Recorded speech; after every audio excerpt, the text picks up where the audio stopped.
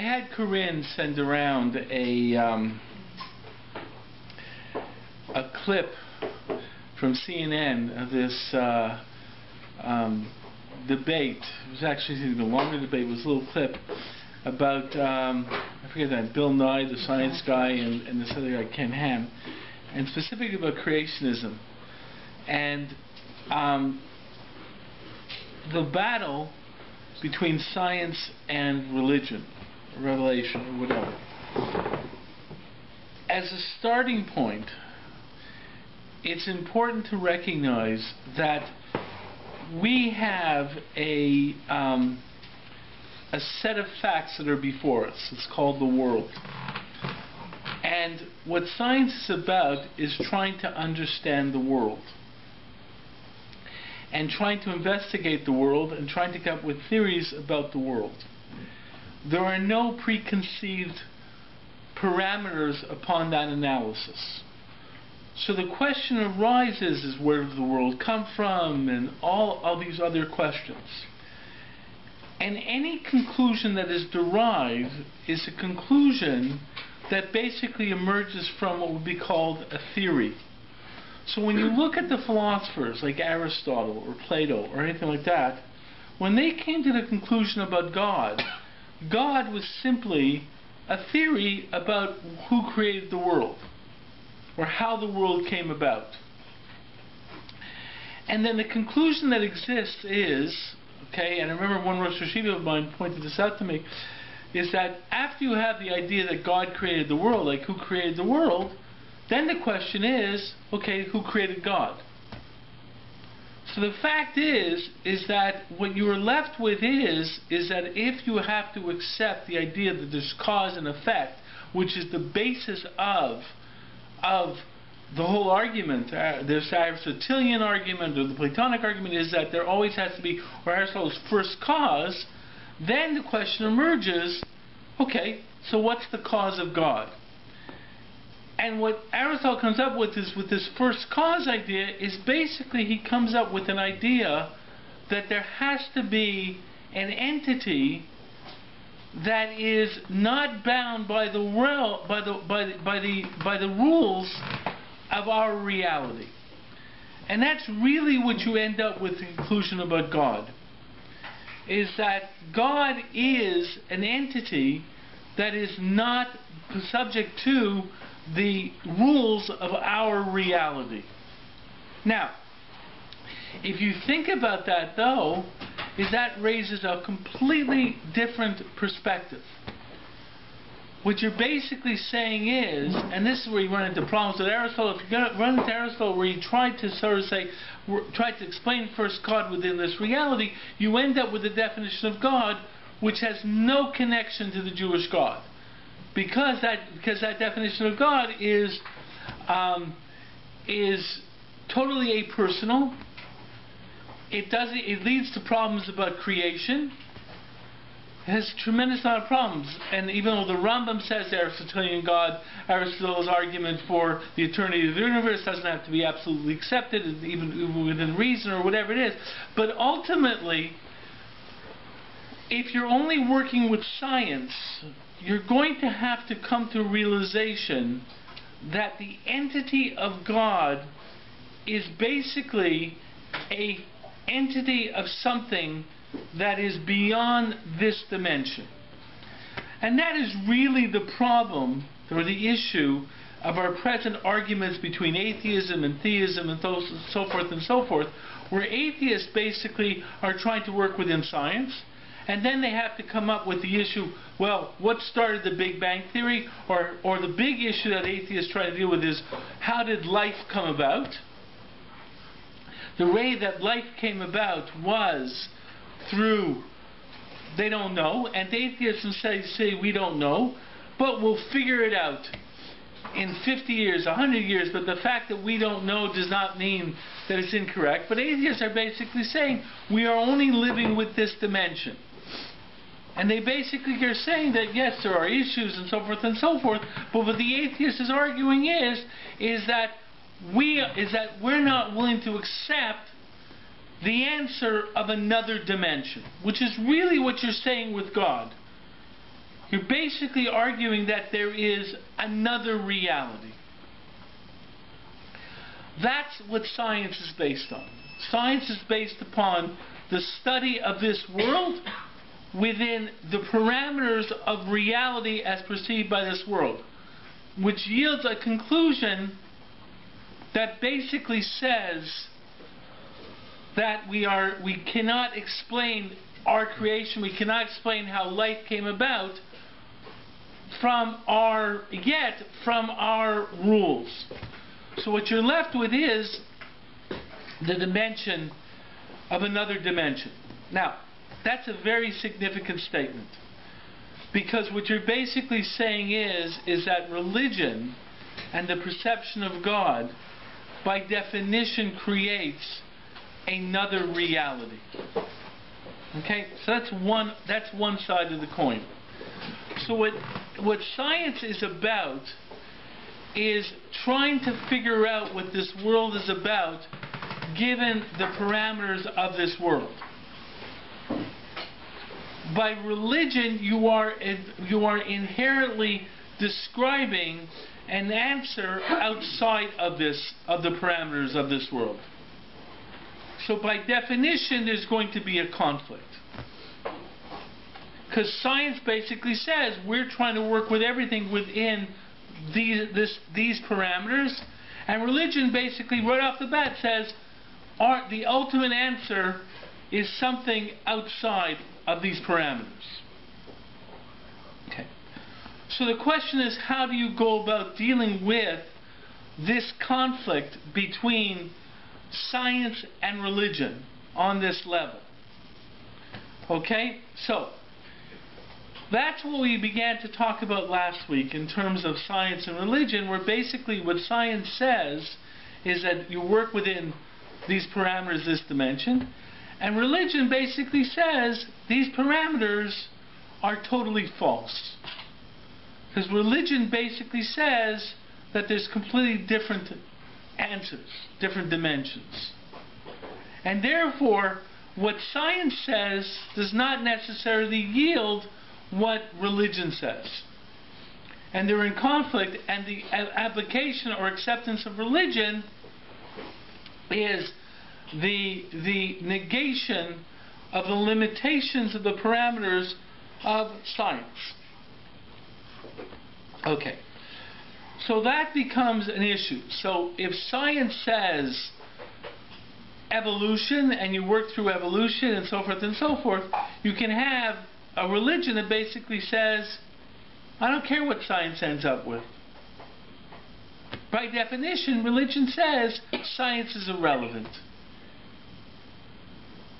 I can just go by the definitions of religion. And you can have, and where you see this in the extreme is, let's say, Christian scientists, where basically what you deal is not deal with medicine whatsoever. You're basically saying that the purpose of religion is actually to dismiss science. So when Christian scientists turn around and saying, I'm just going to try and follow the faith, I believe in God, and so forth, what they're basically saying is I'm trying to totally dispel the value of science. Because what science basically does is attack the very essence of a belief in God. And that seems to be the simplistic understanding of the tension. If you believe in God, you believe in another dimension. If you believe in science, you believe in this dimension. And therefore, the belief in God can challenge this dimension. Now, the fact is, though, is that what do you do with these things? What do you have to do with conflicts? What do you do with these sins? So the simplistic answer is for the religious individual basically to say, I reject science.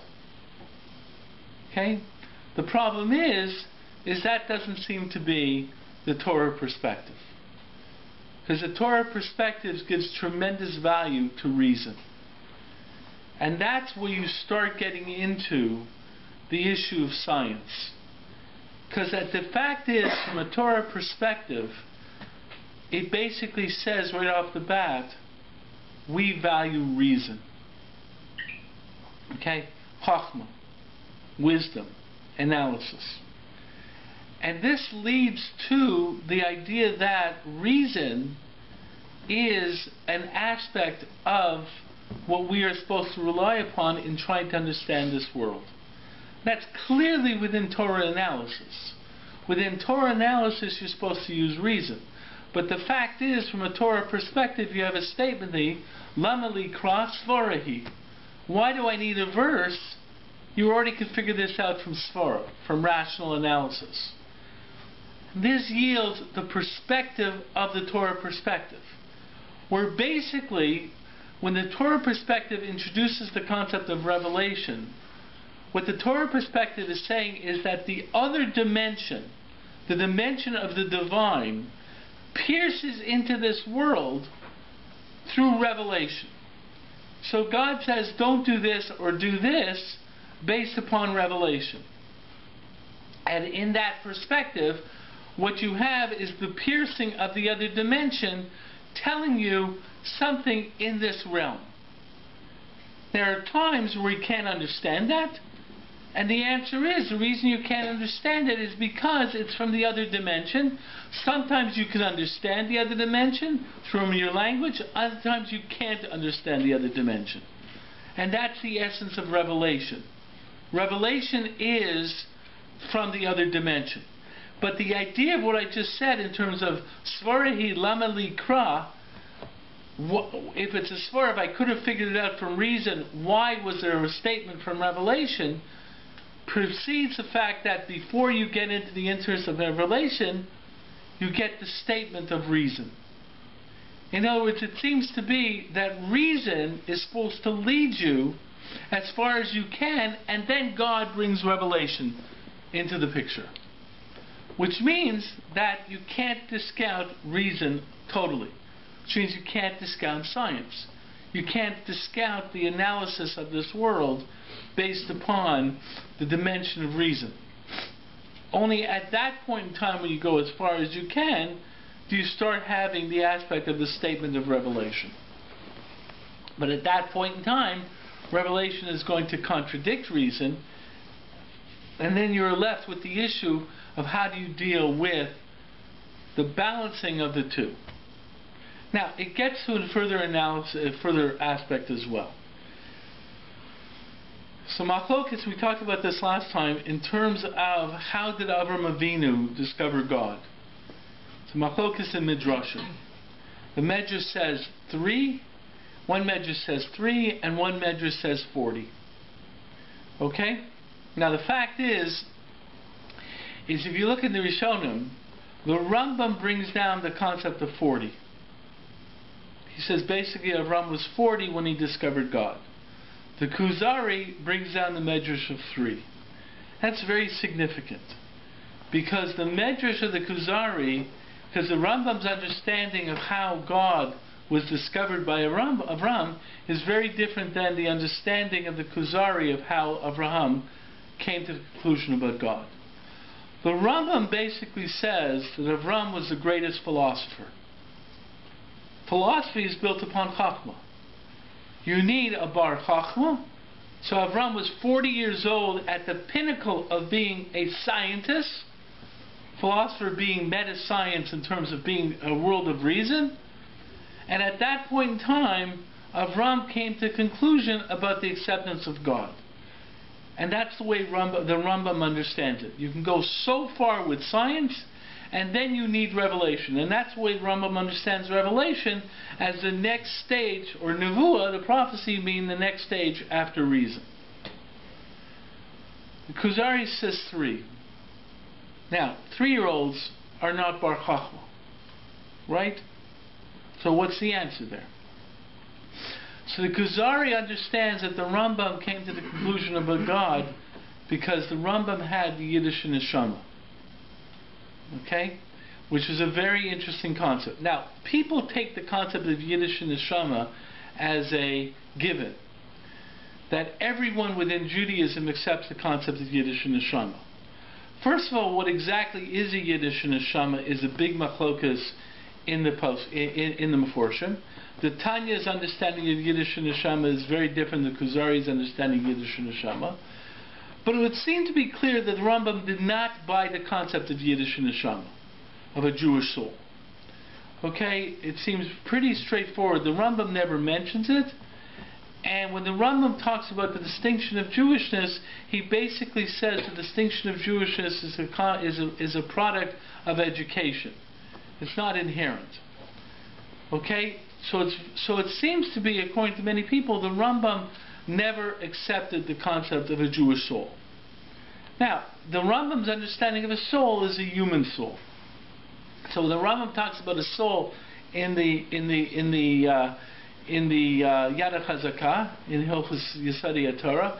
He seems to be talking about a human soul, nothing that's unique in terms of a Jewish soul. And he says, what made Jews different? Basically the result of education. And that's what he talks about in his letter to Ovadia Hager, in terms of saying that the distinction of Jewishness is a product of education. That's the Rambam. The Kuzari basically argues that the distinction of a Jewish soul is inherent. And what's the koyach of a Jewish soul, according to Kuzari? The power of prophecy.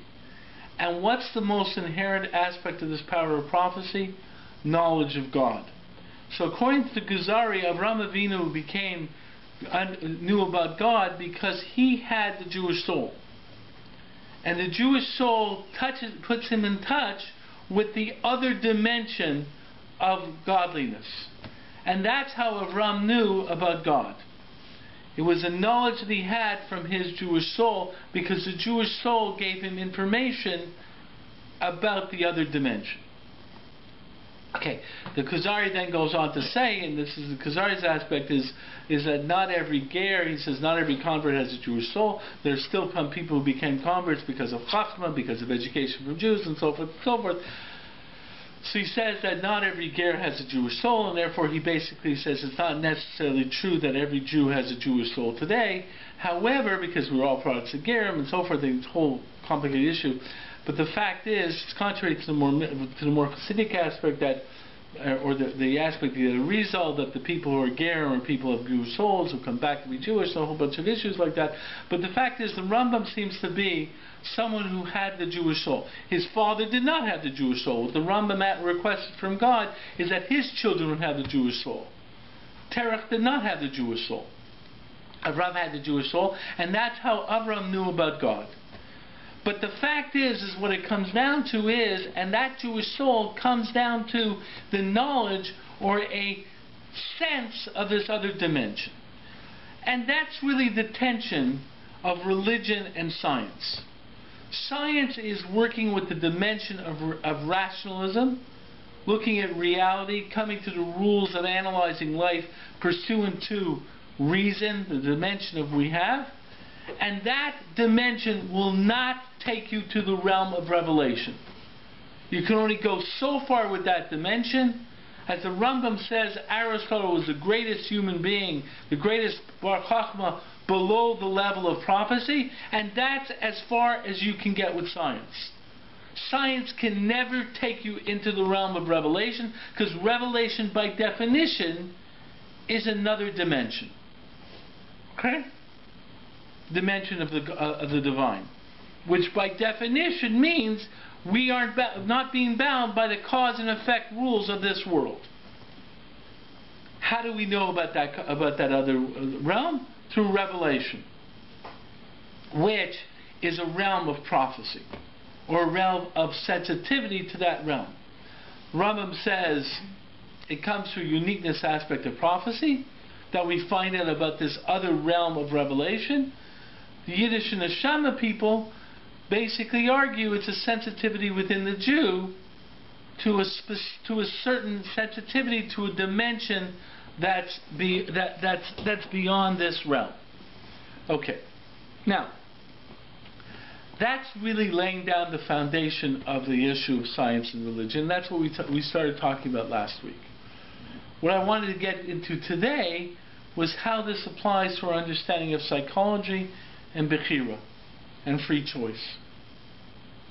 Okay, so I basically laid down the foundation for what I want to discuss in terms of this realm of science and religion and the challenge between the two. Okay, and the significance of this challenge in the sense that it is important to recognize that the child not born with an understanding of revelation is going to be within only the definitions of reason. So when you look at arguments in terms of the Tinnik Shenishpa, the person who's not brought up with the concept of revelation and so forth, what is that person going to end up with? He's end up with the definitions of reason, so therefore he's not held responsible for his conclusions. And there's going to be that kind of tension in terms of responsibility for your action. Okay, but I wanted to lay down that that's the issue. So when I see issues between revelation and reason, the question is, from a Torah perspective, is what do I do with science? Because I am also supposed to work within the realm of science until I get to the realm of revelation. And then how do I deal with this type of conflict? Okay, so do we have any issues at this? Yeah. Big one, if you can further a definition on the concept of intelligent design. Intelligent design. Is it a bridge? Is it not a bridge? Or intelligent design is an attempt to explain creation within the realm of reason. Okay.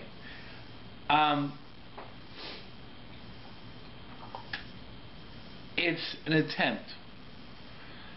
One of the problems with intelligent design is that, and it's interesting you brought this up, because what I always find problematic when you try to push reason into the realm of revelation is you then start to put parameters on the divine. Okay? Intelligent design is projecting onto God the intelligence to create a certain design. See, ultimately, I'm going to give a powerful example of this. Let's look at the Holocaust. Okay? The Holocaust cannot be explained from the realm of reason. Okay? Any attempt to explain the Holocaust from the realm of reason immediately falls short. Okay? Because a loving, caring God, which is what you're trying to postulate here, says, you're trying to say that God planned the Holocaust. Okay? Now, with the argument of intelligent design, it's not just an aspect of creation, you're basically arguing that God's in charge. Well, from my understanding of reason, which is the limitations of me as a human being, accepting there's a revelation in another dimension which I don't understand, right, which is where you get into chukim and mitzvot that we don't understand. So the point is I have to work with my own limitation.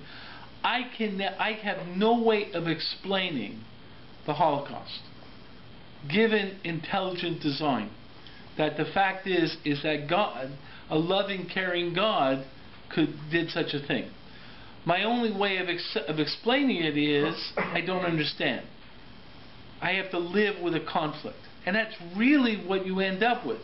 It's an interesting thing, because one of the issues that came up with the whole Slivkin affair is Rav Moshe Sternbuch, who is I think maybe the Abbezin of the Rbh Chabura, who's a big Talmid Chacham.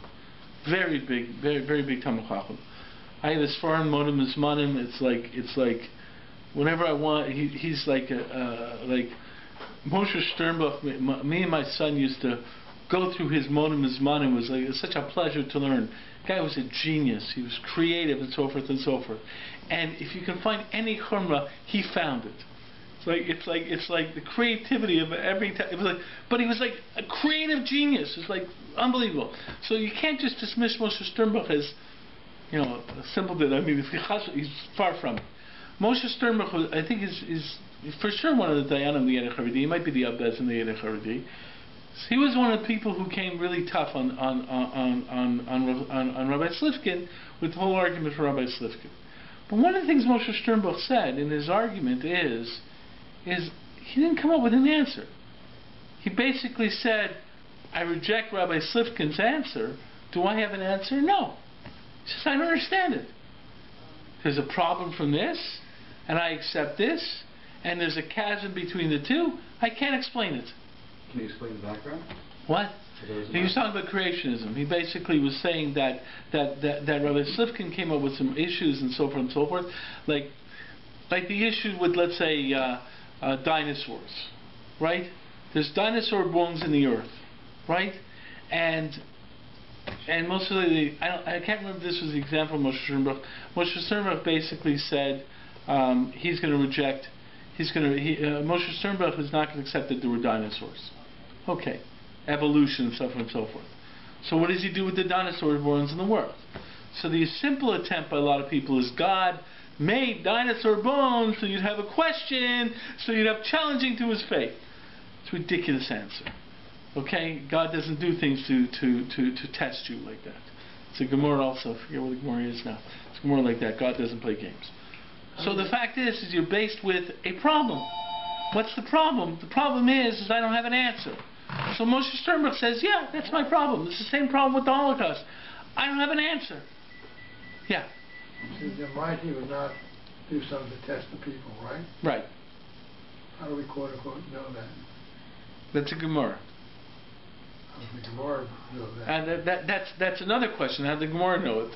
The fact is that it might be the fact that we don't expect it, or it might be. The truth is, we'll lead a little bit more into our discussion tonight in terms of Bechira and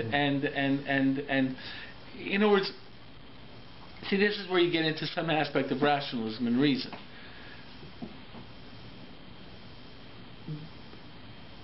Before you come to revelation, right? There's a reason why the people who accepted revelation is called the Dor Deah. The generation of Sinai is called the Dor Deah. That means the wise generation, the generation of knowledge. Before you get to revelation, you have to have reason. We come to revelation with reason. And it's very, very significant, especially in our world today, that even our acceptance of revelation today comes from reason. If you ask anyone, why do you believe in Sinai? If you have any arguments for believing in Sinai, if you just say, because I believe, well, you just, okay, fine, so you accept some aspect of belief. Okay, so you have no reason.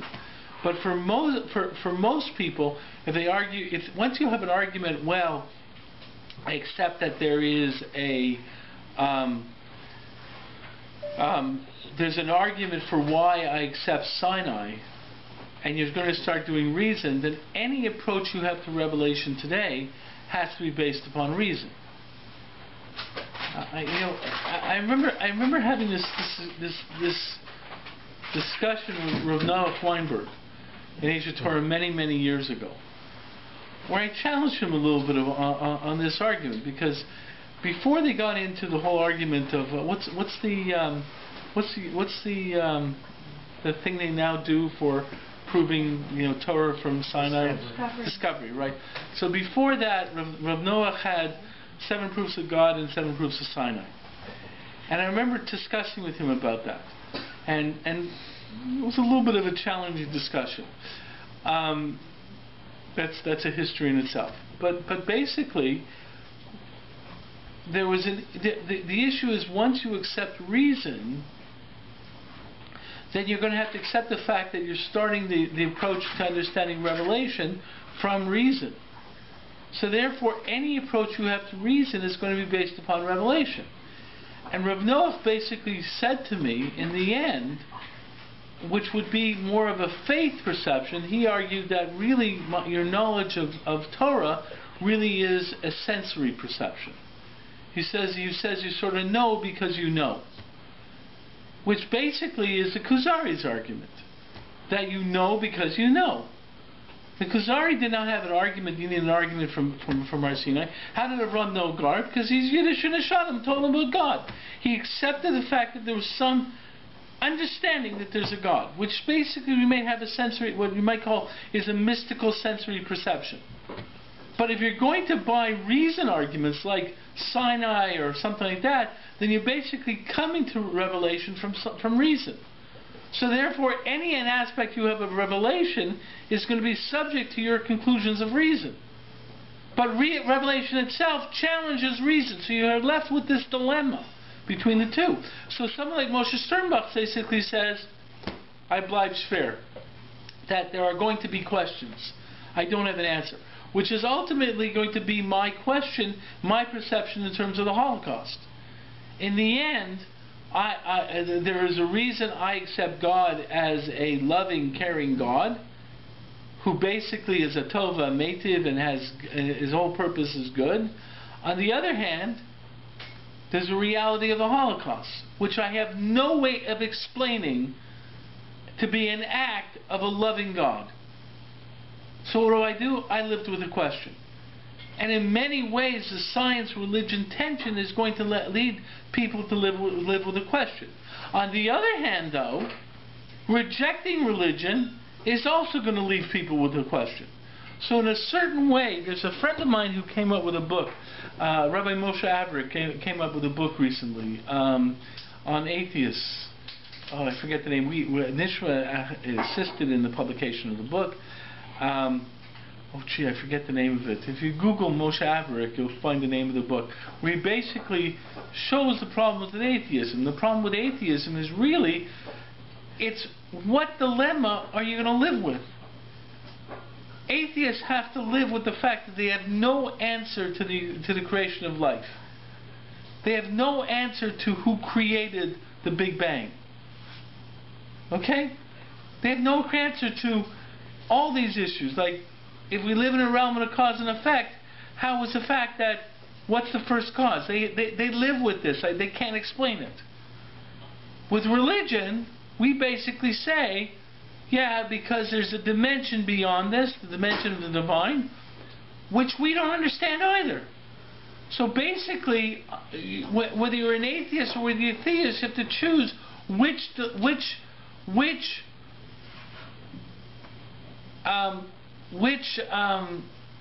lack of knowledge you're willing to live with, which mystery you're willing to live with. So atheists say, well, this mystery, but in 100 years, in 50 years, we'll come with an answer where life came from. That's basically a mystery. The clock is still ticking. Right. I have a question, though, that relates to your explanation of the Holocaust. Yeah. There's the concept of tzimtzum, which may be well beyond the scope of tonight's discussion, but would be relevant perhaps for a future one, where God removes himself, and therefore evil can occur. So I have a question about your perspective. Okay, so the fact is that in the answer of God removing himself, you have a tremendous problem. Tzimtzum does not mean God removing himself with no involvement. Understood. Okay, the fact is that Tzimtzum is the argument that we don't, is that God is hidden. But the fact is, and it leads into what I was going to talk about tonight in terms of Bechira and Bechira being free choice and determinism. Rav Moshe Chaim Luzzatto, the Ramchal, wrote three major works in Jewish thought.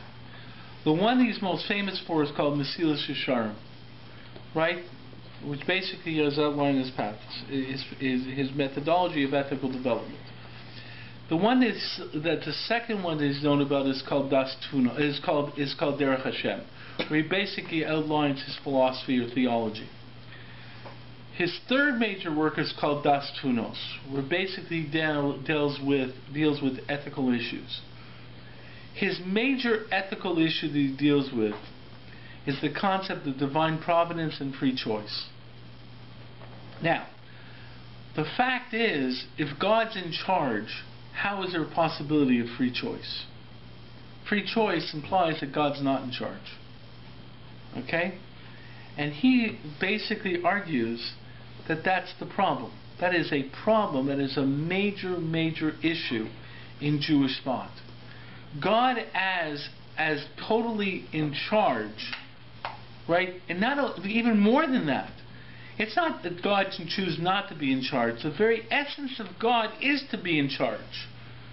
The understanding of God creating the world is not that God created the world and let it keep going.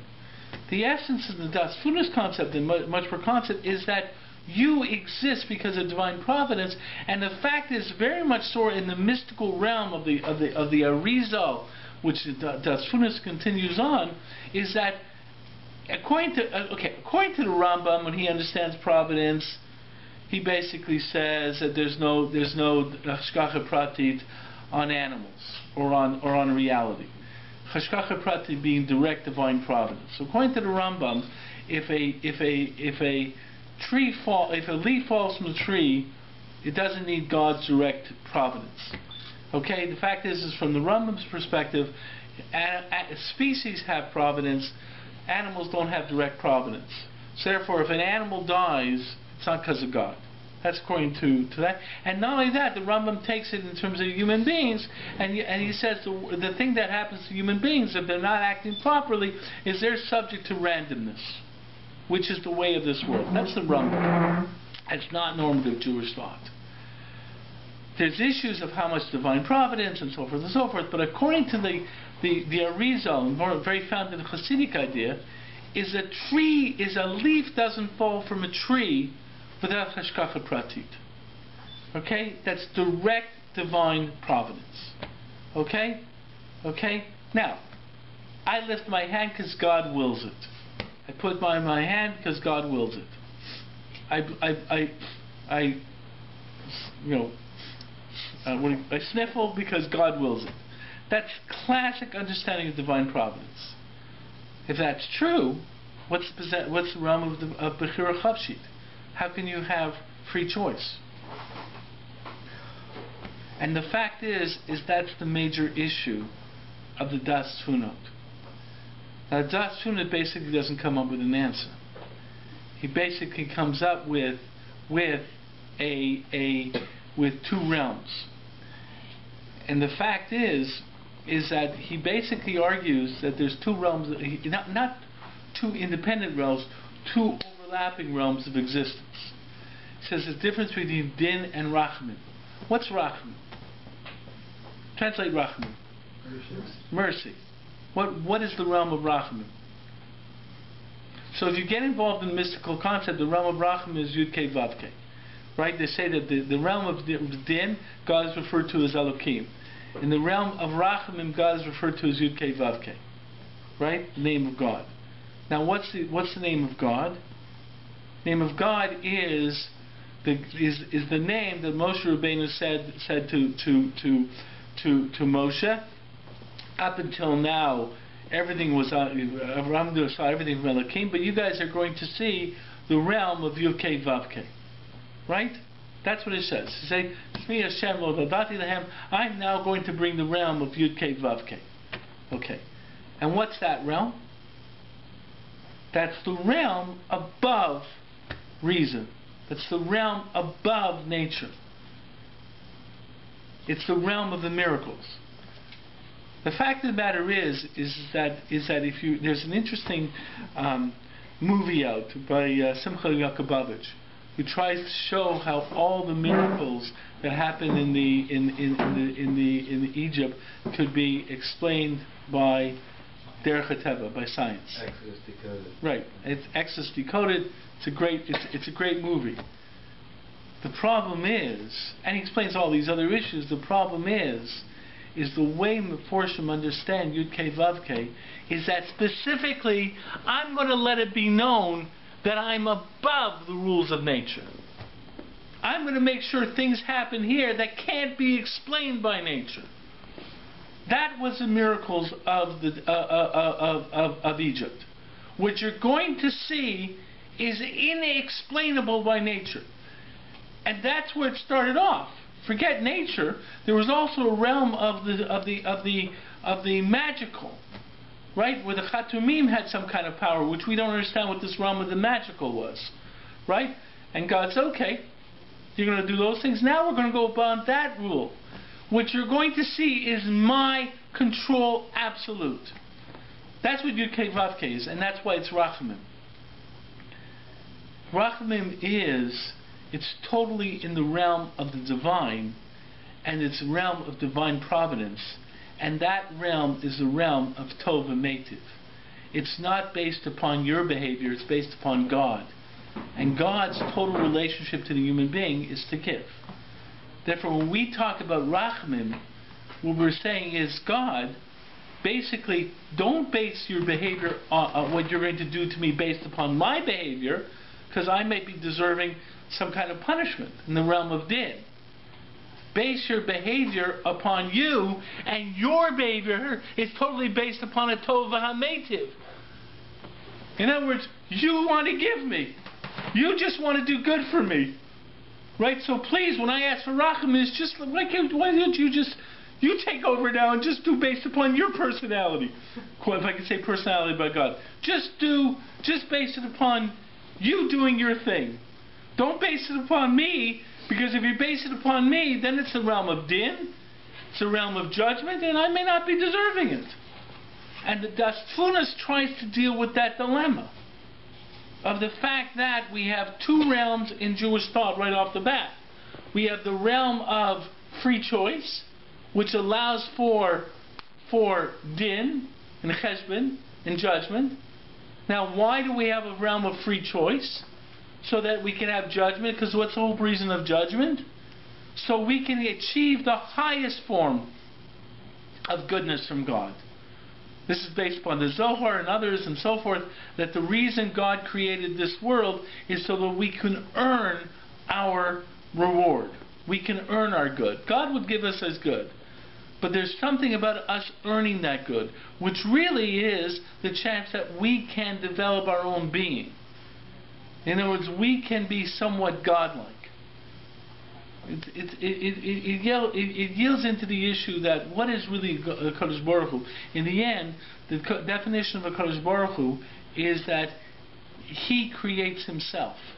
He is Himself. Okay?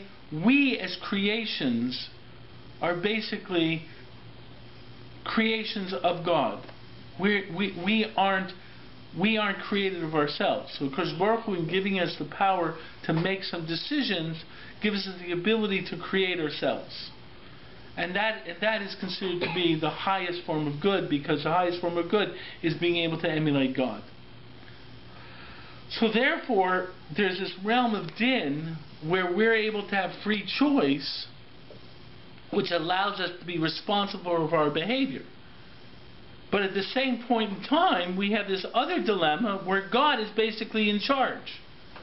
Now, Tzimtzum seems to be that he withdrew himself in order to allow us to have this dilemma. But that gets into the whole Hasidic Shov. What does that mean by he withdrew himself? And does that mean he really no longer has the power? And what about the fact that he inherently is the Tov V'Meitiv? And how do we understand the judgment? The problem is, when it leads into it, is that whenever we try to emulate God, we are left with the idea of how can we emulate Him when we don't understand Him. And that leads into issues of good and so forth. I mean, the fact of the matter is that we have this is Avram's famous issue about stone. And by the way, the only way you can understand the Akedah, the binding of Yitzchak, is by first reading about stone and understanding Avram's dilemma, and he had at stone, and the kind of questions he asked God at stone. If you don't understand what's going through Avram's mind at stone, you can't understand what's happening at the Akedah. Because Avram not questioning the Akedah is itself a question. There's a medrash that said that Sari Menu was furious at Avram for not questioning the command of the Akedah. She said, well, like basically, what? For those blankety blanks at stone, you say, well, Shefik Kol Haaretz Yasa Mishpat, the God of the universe, can't do your own son, you don't stand up to him? So there's a medrash that basically says that Sarah was furious at Avram for not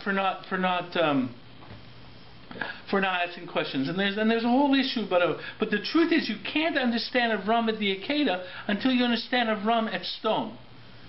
And Avram at stone, when he says, "Hashoifet kol haaretz yasa mishpat," will the judge of the universe not do justice? What kind of question is that? God is doing this. God is coming down and said, "Listen, Sodom is deserving of punishment." So Ram is saying, she said, okay, well, you're God. You obviously know what you're doing. Okay, thank you.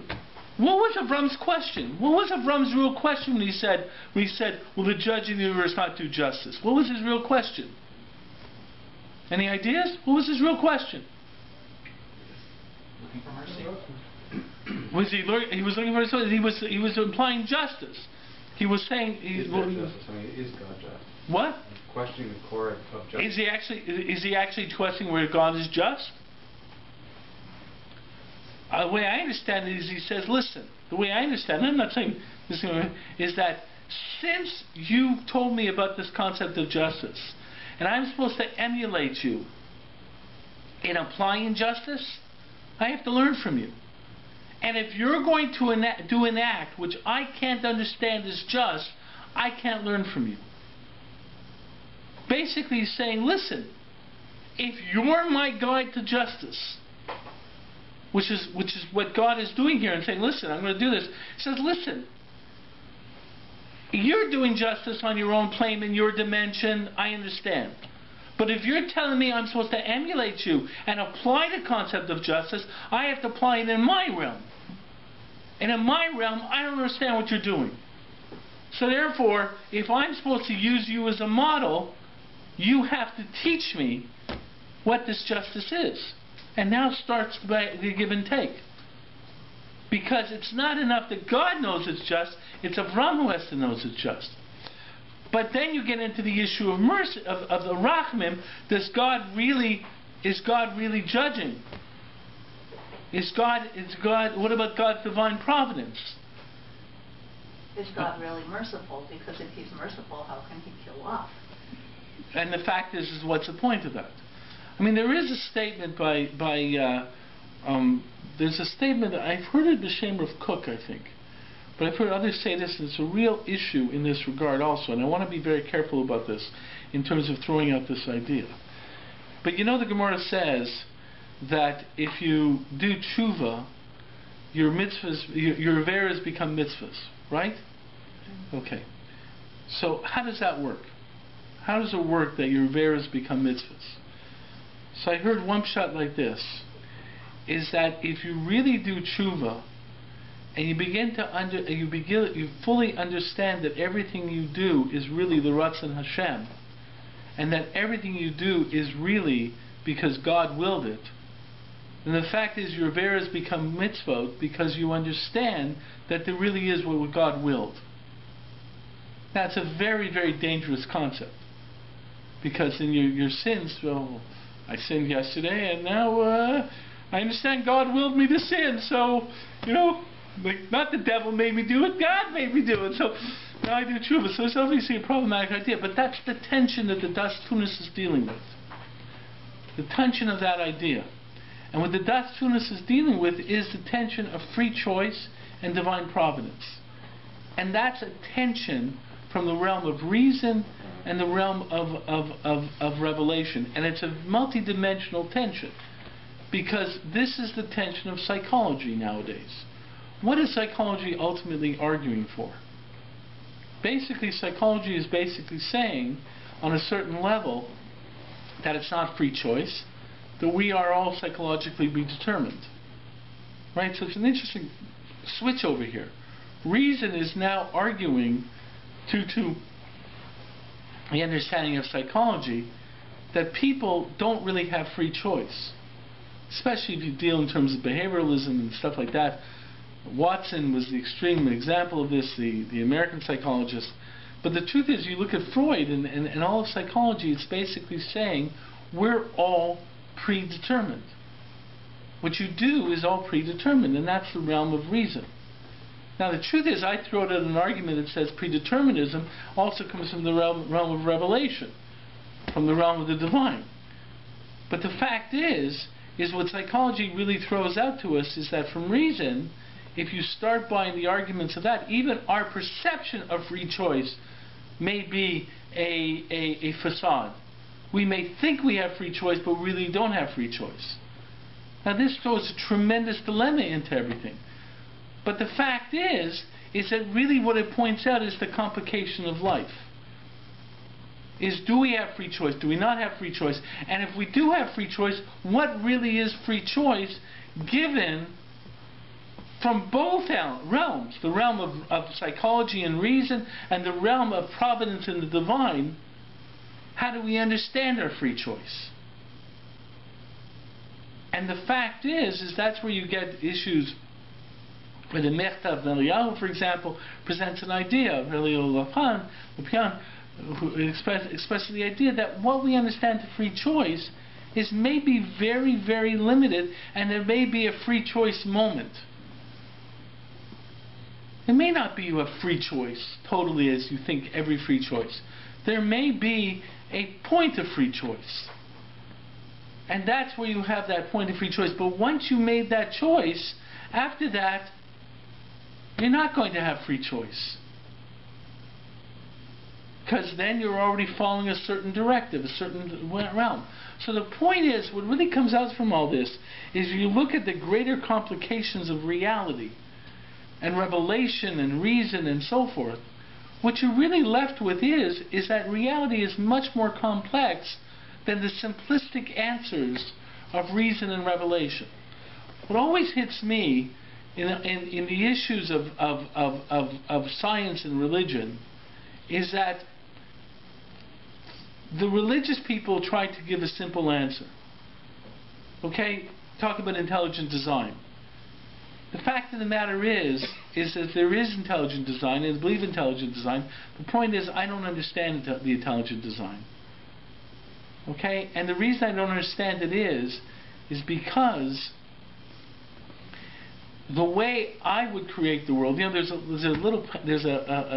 book that NCSY put out from Rbh Kaplan, If You Were God. You guys ever see that little pamphlet called If You Were God?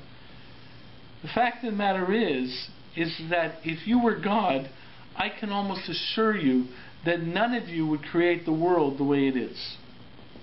Okay? The fact of the matter is that if you were God, and this is the arguments of atheists, look at all the problems in genetic codes. Look at all the problems of disabilities. Look at all the problems for genetic mutations. The fact of the matter is, if you try to argue intelligent design, well, guess what? I can show you a lot of genetic mutations that basically said, whoa, boy, it looks like God made a mistake. So the intelligent design is beyond my understanding. That's because I have to accept it's beyond my understanding, because I do believe it was intelligent design. But the fact is that the challenge that we have is that reason takes us so far, and we have to rely upon reason because it makes us think. It's the way we have to deal with it. It's the realm of din, it's the realm of cheshbon, it's the realm of analyzing things. We have to make decisions. So we have to work in this realm of making decisions and thinking. And that's halachic analysis and so forth and so forth. That's analyzing things. That's the realm of science. But the fact is, it only goes so far. And then you run into the realm of revelation. And at that realm of revelation, you cannot just reject reason. There are religions that just at that point in time want to reject reason. You can't reject reason. Because reason is how you get there, to make it something that you understand. And the fact is how do you balance it then? How do you work with it?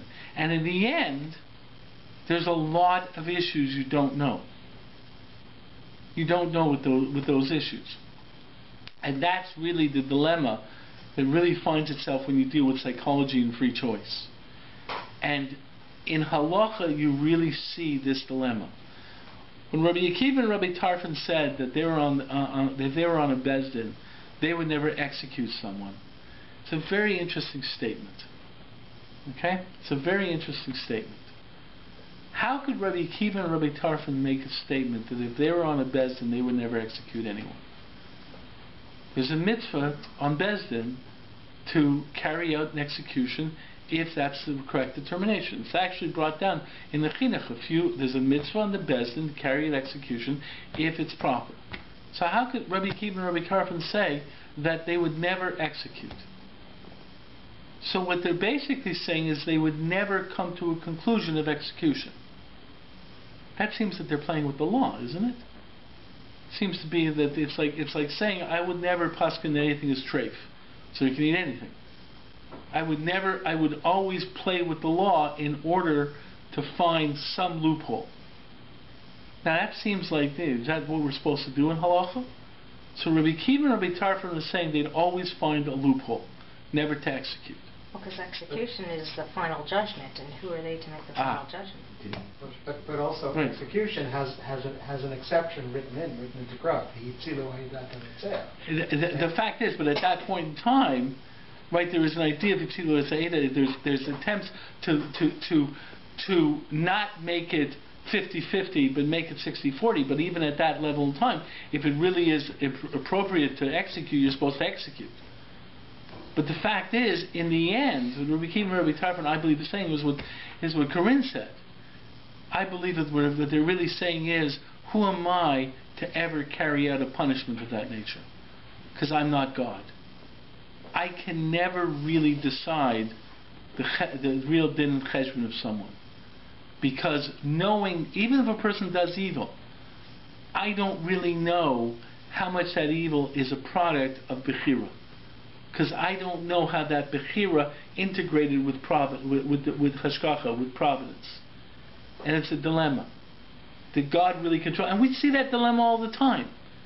The Nebuchadnezzar. Okay? On one hand, we say God made him destroy the temple.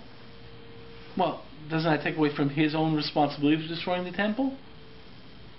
Seems to be. So is he responsible? Is he not responsible? God made him do it. Exactly. And he abundantly laid paro. The same issue exists over there. And not only say by paro, but the Rambam goes on to say that's an aspect of any ruler.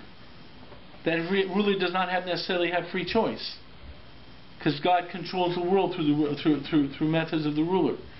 So the fact is, we don't know really what is. So I think Rabbi Kiva and Rabbi Tarfon is that for me to judge, I can't judge. I can't judge. To really say you're a Rasha, because the way it works in halacha is that the first statement in halacha is, the way I understand it works is that you are defined as a Rasha, and now this type of Rasha gets this penalty. But for me to declare you to be a Rasha is a problem. Because who am I to declare you to be an evildoer? I have no idea whether it really comes from some psychological determinism.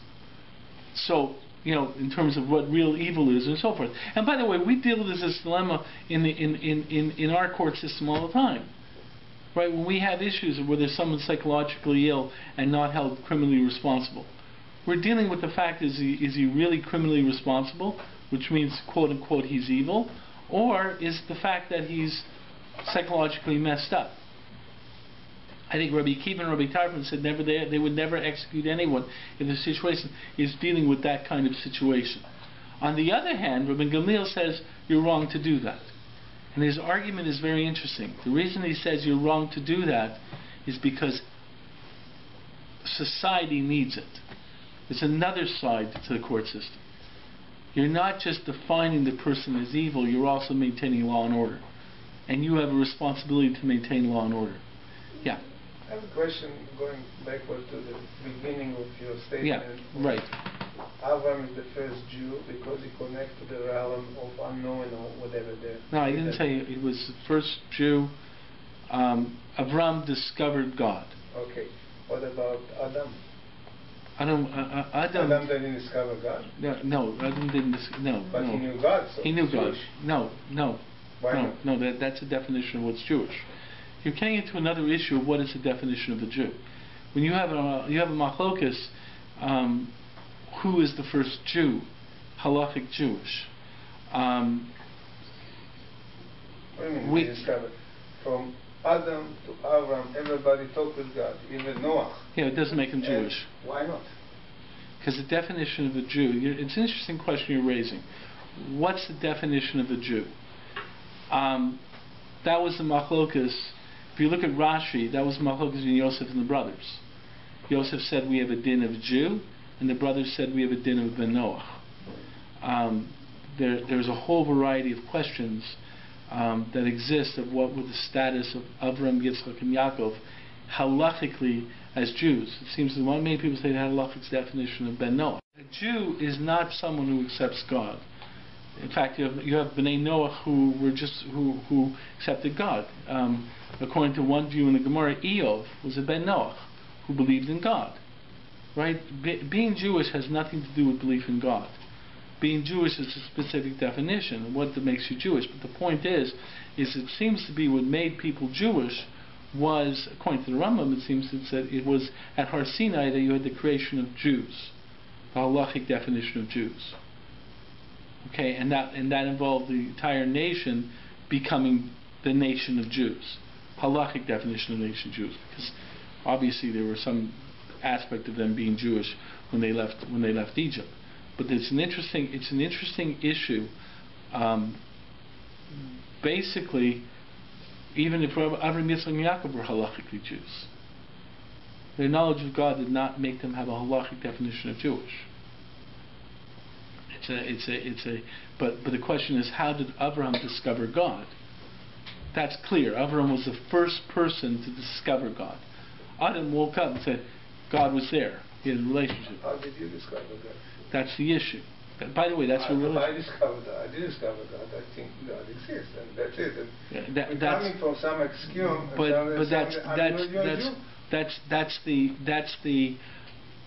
That's a classical machlokas between the Kuzari and the Rambam. The Kuzari basically are. I'm not picking sides.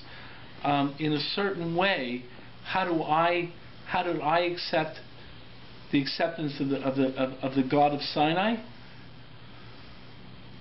Most likely there is something instinctual in me, and therefore I think there's something that's built upon the aspect of Kuzari. It mostly had something to do with my upbringing, because I was brought up Jewish, but according to the Rambam, it had something to do. It also has something to do with reason. I think it's some amalgamation of the three, and that's what makes this whole issue very, very, very complex. If you say it's just I believe, well, that sounds like any religion. I believe, and therefore you can't ever argue with someone on that level. You know, I said that, you know, if you're basically saying I believe because I believe, there's nowhere further to go on that. Okay, the only reason you can argue with someone is because you think there's some arguments of reason.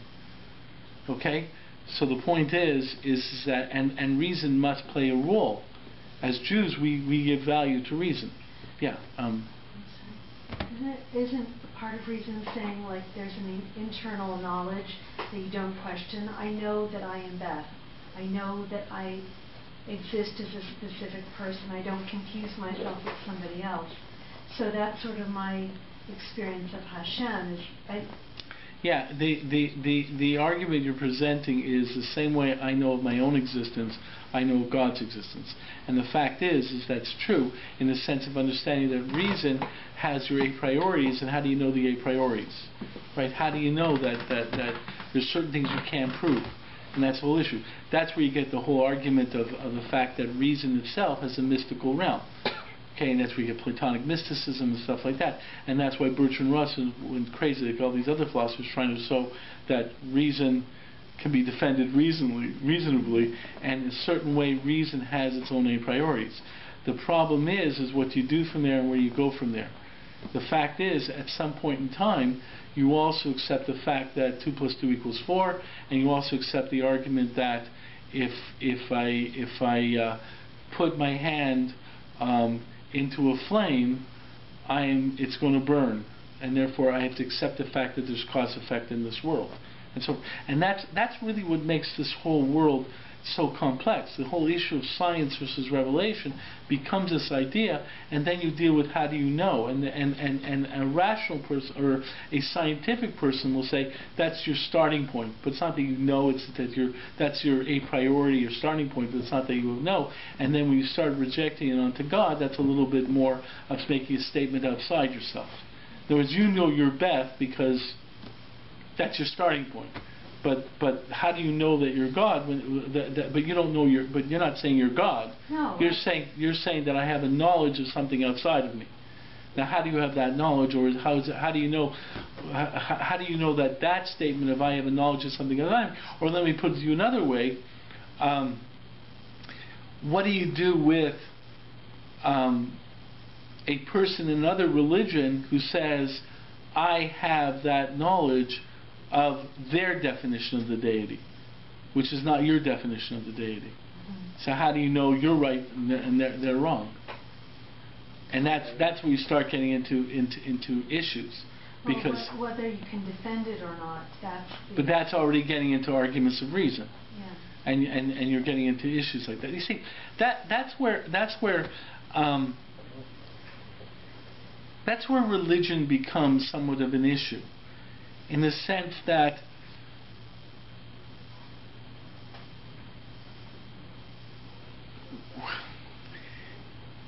if you're going to argue that my perception of God is correct, then how am I able to have the conversation, to have that argument with someone else? Okay, if my starting point is because I believe. Well, that's where education, I suppose, gets. But the fact is that see, let me give you an example from fundamentalist Christianity, and the argument gets to a point where fundamentalist Christian, I don't want to make broad statements, but this fundamentalist Christian says, you know about this because your soul knows about this. Okay, you believe because you believe, because you really know it's true. And I look back at them and say, no, I don't know. I don't. Yes, you do. And you speak to different people. They'll sit there and say the argument is, no, you really do. No, I don't. Yes, you really do. Okay? The point is that I don't. Now, lahavdil de'adalos, in a certain way, you find this argument in the Jewish realm also, where you basically say, you really know this is the right thing to do. Okay? I don't. Right? But the point is that if the argument is just simply you know because you know, then the only argument I can have is that you really know, because I don't really have an argument. Because I'm stuck with, since I only know because I know, I have to sit there and say you really know and you're rejecting it. So therefore, once you're going to have dialogue, then you get into the realm of reason and discussion back and forth. Okay, if a person's not open to that discussion, then ends the discussion. So you have a problem. What? You have a big problem. Why? How can you follow what God wants from you? Why? Because we are confused. We don't know exactly. We don't have the answer. We can't really believe in God because we cannot prove it. So the only and on the other hand, you talk about tshuva. So you have a total mess because you cannot, according to what you're saying to me now. How do I know how to follow God? You've raised a very real issue. The fact of the matter is that in the end, you're subject to your own conclusions, and the fact is in a certain way that opens up the idea of understanding the realm of Tinik Shenishba within Judaism. The concept of Tinik Shenishba, the person who's not held responsible for their actions because of the way they're brought up, really raises the idea that the only one who can really judge you is God. You can't judge anyone else, and the only thing you can hold yourself responsible to is your own perception of what you think is right and wrong. And the fact of the matter is that is exactly what we are constantly struggling with. You know, there's an interesting statement by Ramosha in his introduction to his Igros Moshe. Moshe basically says that if someone asks him a shaila, he feels obligated to respond. Okay, he holds that a person, if you're on a level of knowing Jewish law, someone who asks you a question, you have a responsibility to respond. He argues this from the case of David HaMelech. He says David HaMelech was his hands were mechuchich b'dam. His hands were covered with blood. He says that in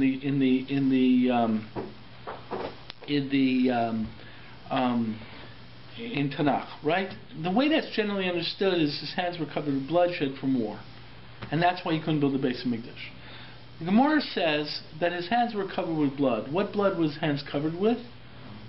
What? With dam nida, right? He was covered with dam nida in order to be mater a wife to a husband. Because of the menstrual laws in Judaism, because of the laws in nida, David Melech was involved in paskening shilas, and he always tried and figure out a way to allow a husband to be with their wife. Okay, that's what the Gemara says. He was very much involved in halacha to try and find a heter. Okay? So Moshe asked a simple question. You're David HaMelech, the king. Why didn't someone else do it? Bunch of people coming with a bunch of sellers. Listen, I'm the king. I got a lot of things on my plate. All you people lined up with your personal questions, please go to that rabbi over there. So Moshe says, once you're asked the question, you have a responsibility to respond. That's what he learns from David HaMelech. Okay? Now Moshe says, basically, that's why he responded to every shiloh, unless he thought the shiloh was really inappropriate. Supposedly, one case where Moshe hung up the phone. There's a story. This is the what do you call it? What do you call the stories they have about people? Supposedly, Moshe put down the phone once. Someone called him with a shiloh. It's very interesting. Moshe did not have an unlisted phone number for most of his life. Okay, he did not have an unlisted phone number. You wanted to ask the shiloh? Picked up the phone. Excuse me, is Rabbi Feinstein there? The gadol door, the posting door is available. Okay. Only once did he ever hung up the phone. You know what the shiloh was? Someone asked him if he could cheat on a test. That's an answer. That's it. That was it. That's supposedly that's the what do you call it? Shaggy dog story? No. What do you call the mythology? The stories that go. You don't know if they're true or not, but that's the what? The legends. That's supposedly that was it. Okay. So Ramosha believed that, but Ramosha talks about how do you know you're on the level to paskin? Says same way you have to make a decision to not paskin if you don't feel you're appropriate to paskin. Remember, Moshe is saying that if you're asked a shaila and you are someone able to paskin, you have an obligation to paskin for that person. On the other hand, he brought down other Gemaras that basically says that if you are if you are someone who's not on the level of being able to paskin, deciding a matter of Jewish law, and you paskin, you're in big problems. So this is like a negative one situation. It's not like if you're on a level that you can paskin and you don't paskin, God holds you responsible. If you're on a level that you're not able to paskin and you paskin, God holds you responsible. So guess what? You're really held to a very high level. Basically, you have to make a decision. And that's really what we're all about. We all have to make that decisions. You're right. It's complex. It's difficult. It's difficult making those decisions. The point is that in a certain way, I'm not going to judge anyone else. Okay, if I hear stories about, it's interesting because I was discussing today an issue of a little bit controversial. There's an individual who got smicha from YU, who now is openly gay. His name is Steve Greenberg. Okay, and he wrote a book about homosexuality and orthodoxy and so forth and so forth. And he defends himself as an Orthodox gay rabbi, okay, with a partner, and I believe he has a child also. Okay, so, pardon? What? Okay. He adopted it. Yeah, he adopted. Yeah. Okay, but he has a partner. Okay, So he has a book out, and I read the book, and I wanted to see his argument for how he could be openly gay. Now, the truth of the matter is, I don't want to get into limitations, but he does say that there are certain behaviors that he and his partner cannot partake in. They're Isuri Doraisa, and clearly he can't do that. Okay, fine. But the fact of the matter is that first of all, there's a lot of other people who hold that a lot of things are Isuri Doraisas, and not only that, I'm sure a lot of his behavior clearly are Isuri Drabanan. So I wanted to read the book of how he could explain being Orthodox and violating the Isuri Drabanan.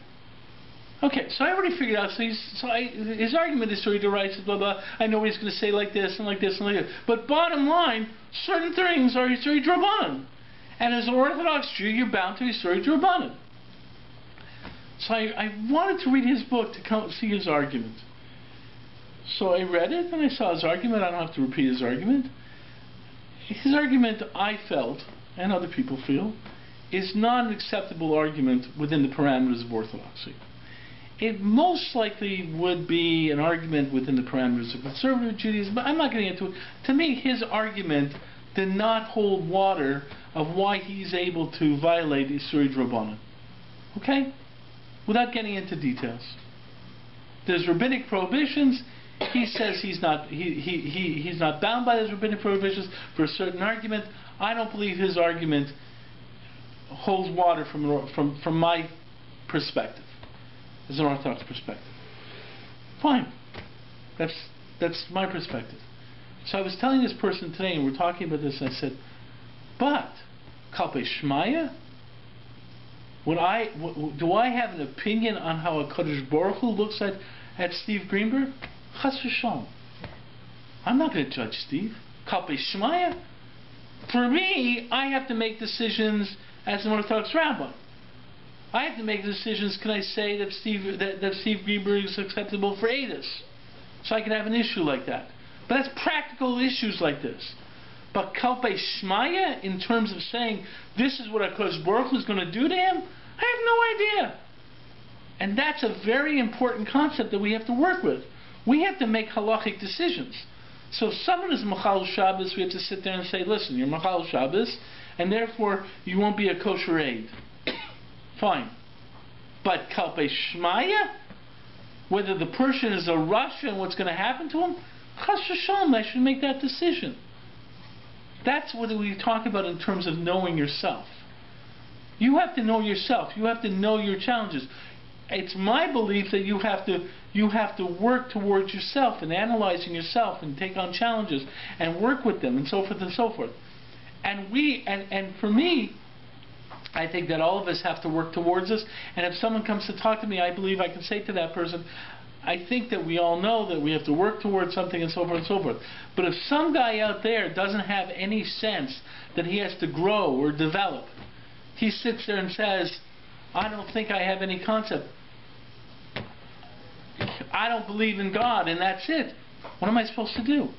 I can argue with him, and at some point in time, I'm not going to judge him from a divine aspect. And that's the most we can do. Pardon? You have your responsibility to decorate him. Which means I have to work with him and so forth. That's my responsibility. My first responsibility is to me. I have a responsibility to meet my standards. I do have a responsibility to Makarev him, right? Because but then I have to work with where he is.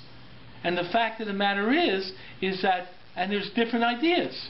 If he's a reason person, I have to talk with him from reason. If he's a person who says, I believe, I have to work with his I believe. But the bottom line is if he walks away saying, I believe in hocus pocus, and there's no room for me to try and be Makarev him, do I walk away and say, game over? No. I have to sit there and think what I can do. But in the end, I have to recognize that I'm not going to be, that's beyond me. That's the complexity of life. What you asked beforehand is about life, what do you do? Fact is life is very complex. With every tinik shenishma, you're not going to bring him back. Fact of the matter is that it's very complex. And that's the way Kodesh Baruch Hu created this world. This is where you get into the issue of intelligent design. intelligent design can be challenged because some people can say, hey, it doesn't look so intelligent. The fact of the matter is our world is extremely complex.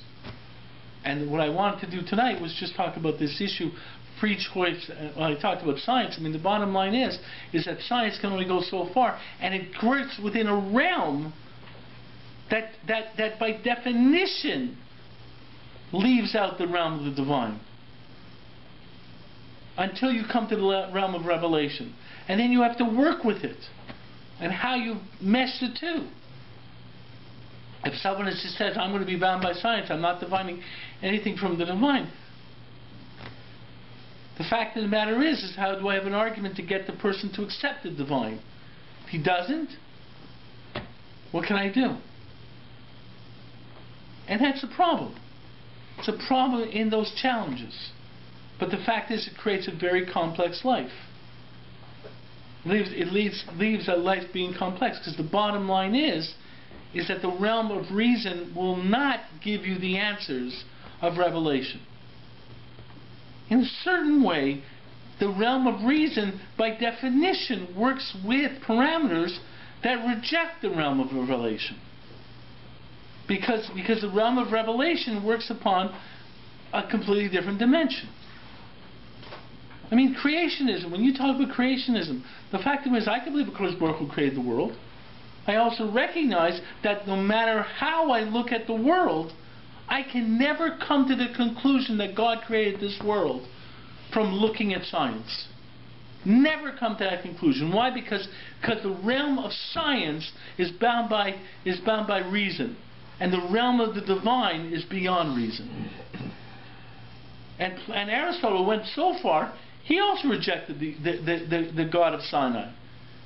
Because the God of Sinai basically says there's a realm beyond reason. And I tried to talk a little bit more between Bechira and psychology. It's a real difficult situation.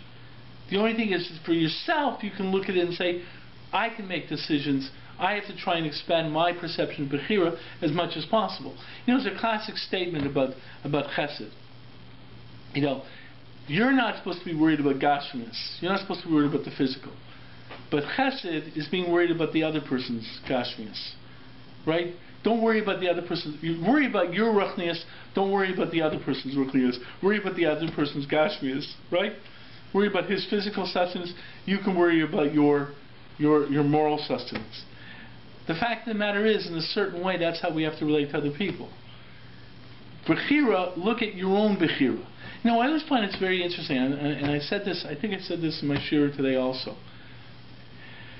about looking at yourself, okay, and analyzing life. And you know, we were talking about weather change, and in the same clip that I sent around in the CNN, there was another discussion between Bill Nye and Ken Ham about the changes in weather.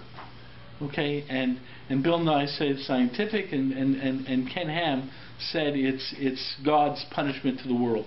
And that reminded me that, you know, when there was Hurricane Katrina, there was a whole thing. You know, with Hurricane Katrina, it's a very interesting thing. And by the way, I wrote about this. If you go to the Nishma website, in the commentary there was a whole issue. There's something I wrote about from Hurricane Katrina. What did all the religions say about Hurricane Katrina? Okay? Okay. So there was a fundamentalist Christian who said that he looked at Hurricane Katrina from a satellite, and it looked like an unborn fetus. And it told him that the reason hurricane came down on New Orleans was because of all the unborn fetuses, because America basically aborts, has such abortion. And why in New Orleans? Because New Orleans is Mardi Gras and it's promiscuous. Okay. Fundamentalist Christian gave that. Okay, what were the other famous religious answers for Hurricane Katrina? Come on, we Jews got involved in this also. Come on. Well, Rabbi Yagain. Pardon? Rabbi Yagain. Rabbi? Rabbi Yagain. Who's Rabbi Yagain? Rabbi Yagain, he's a Sephardi rabbi. Yeah, and he said? His father wrote a letter, the whole story about his father writing a letter to the then President of the United States. Yes. I don't remember all the details, but... It's punishment for how you treated Israel. Right. Right. Right. Which came at the same time, that the Muslims wrote right, that this was a punishment for how you defended Israel. Okay? Okay. It's very fascinating about this. All these religions, right? God's doing this to teach you a lesson. Absolutely. If you believe in Hashgacha Pratit, you're supposed to learn from it. Right?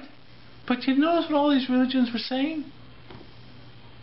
They were saying that those other guys were being punished by God.